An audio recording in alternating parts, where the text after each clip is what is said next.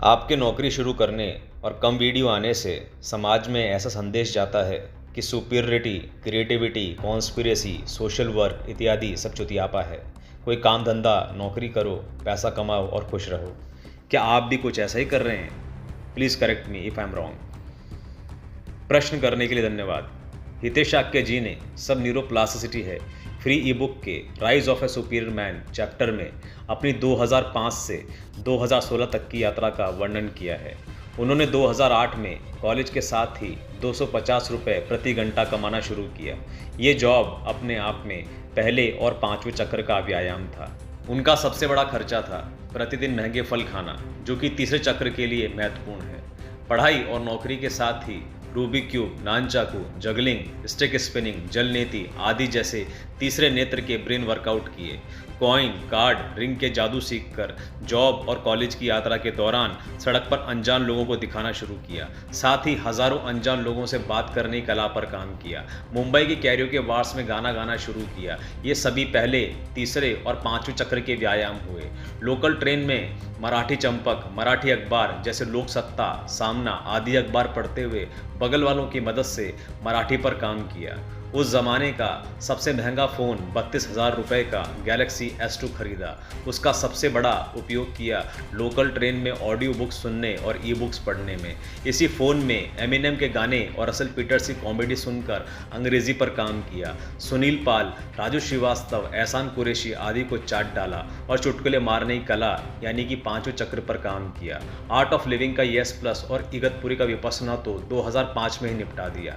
लेकिन यहाँ नौकरी के दौरान सुपीरियरिटी की यात्रा का वर्णन अधिक महत्वपूर्ण है। 2013 में 1200 रुपये घंटे की मुंबई की मस्त नौकरी त्याग कर कम रुपयों वाली दिल्ली की नौकरी पकड़ ली, क्योंकि दिल्ली में एक सुपीरियर मैन से मिलना था, उसके सानिध्य में रहना था। फिर प्रतिदिन 9 घंटे की नौकरी के बाद सुपीरियर मैन की गुलामी करने लगे। सुपीरियर मैन ने हितेश शाक्य को करोड़ों रुपए की बातें सिखाई और अरबों रुपए के e books, audio books, documentaries दिए। फिर 2013 में 9 घंटे की नौकरी के साथ हितेश शाक्य ने सालसा क्लास ज्वाइन किया, जहां उन्होंने अपने पहले और सातवें चक्र की शक्ति के आधार पर एक असाधारण घटना को अंजाम दिया, जिसका जिक्र premium lecture of Hitesh Shakya अनजान लोगों से बात करने की कला पार्ट 2 में विस्तार से किया गया है। 2014 में पियानो खरीद लिया। 2015 में गिटार वादक बन गए। नौकरी के साथ ही चैनल शुरू कर दिया। 2016 में ऋषिकेश की क्लिफ जंपिंग की घटना हुई, जिसका वर्णन हितेश शाक्य जी ने when Hitesh Shakya witnessed God in Rishikesh monologue में किया है। 2016 में नौकरी के दौरान ही जो डिस्पेंजा को चाटना शुरू कर दिया। पीटी एजुकेशन का 4.5 घंटे वाला हिंदुइज्म पर लेक्चर चाट डाला। विष्णु के 10 अवतारों वाला व्याख्यान हितेश शाक्य जी ने ऑफिस कैब से ही दिया। इसी आखिरी जॉब में इकबाल नाम का एक सुपीरियर कलीग मिला, जो अपने अंदर दर्जनों सुपीरियरिटीज छुपा रखा था, जैसे electronics expert, hacking expert, 3x3 से लेकर 11x11 तक के क्यूब और non cubic Rubik cube solve कर लेना, एमएमए ब्लैक बेल्ट होना, गिटारिस्ट होना, गीता कुरान का स्कॉलर होना, यूनिसेफ में इंटर्न कर चुकना, आईआईटी की फिजिक्स, केमिस्ट्री, मैथ तीनों पढ़ा लेना, हर चीज़ के बारे में ज्ञान होना आदि। वो अपनी खूबियाँ किसी को बताता नहीं था, क्योंकि लोग उसे अहंकारी समझते थे। इसलिए हितेश शाक्य जी को उसे कुरेद कर उसकी खूबियाँ पता लगानी पड़ी। बाद में वो IIM अहमदाबाद चला गया और अब संपर्क में नहीं। तो ये कहानी रही कि किस प्रकार हितेश शाक्य जी नौकरी के साथ साथ सुपीरियरिटी के मार्ग पर चलते रहे। 2016 में हितेश शाक्य के चक्रों में विस्फोट के कारण नौकरी स्वतः छूट गई, क्योंकि एक नए संप्रदाय और विचारधारा को स्थापित करने का समय आ गया था। अक्टूबर 2016 से लेकर फरवरी 2022 के बीच सुपीरियरिटी की यात्रा का वर्णन यहाँ नहीं किया जाएगा, लेकिन 31 जनवरी 2022 को हितेश शाक्य जी ने फिर से नौकरी करना शुरू किया, जिसका कारण उन्होंने बताया कि वो तो ये नौकरी करके दुनिया पर एहसान कर रहे हैं। नौकरी के साथ भी सुपीरियरिटी के मार्ग पर चला जा सकता है, इसका लाइव डेमो दे रहे हैं, ताकि लोग ₹0 पर मंथ के इनकम ब्रैकेट से बाहर निकलें और सुपीरियरिटी के मार्ग पर चलें। हितेश शाक्य प्रतिदिन ऑफिस के बाद सुपीरियर से इंटरेक्ट करते हैं और every Sunday Telegram voice meet के माध्यम से लाइव संवाद करते हैं। व्हाट्सएप स्टेटस के माध्यम से प्रतिदिन सुपीरियरिटी की शिक्षाओं को फैलाते हैं। राइट टू रिकॉल के प्रति अपने वे सभी कर्तव्य निभाते हैं जिन्हें गुलाम लोग नौकरी का बहाना मारकर निभाने से मना कर देते हैं। होली की छुट्टी मिलते ही अजमेर में हितेश शाक्य ने सुपीरियरोत्सव का शुभारंभ किया। अब आते हैं फिर से आपके प्रश्न पर।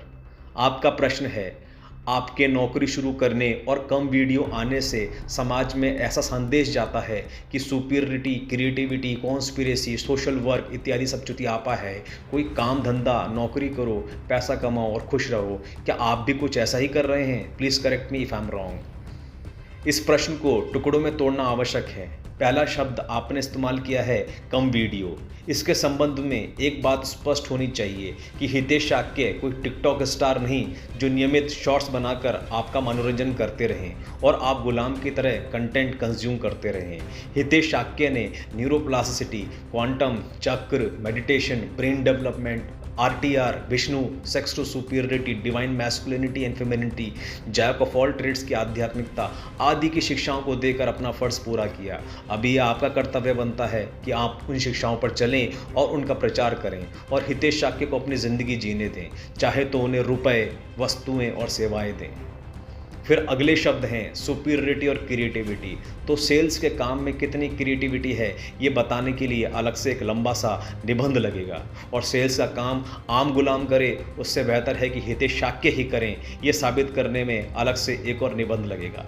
फिर आपने इस्तेमाल किया है शब्द कॉन्स्पिरेसी और सोशल वर्क। तो हितेश शाक्य जैसे पढ़े लिखे ईमानदार युवा ने चुनाव लड़कर पहले ही कॉन्स्पिरेसीज के प्रति हथियार उठा लिया था। अब ये आपका फ़र्ज़ बनता है कि आप भी हितेश शाक्य की तरह राइट टू रिकॉल पार्टी के प्रत्याशी बने और कॉन्स्पिरेसीज को रोकें।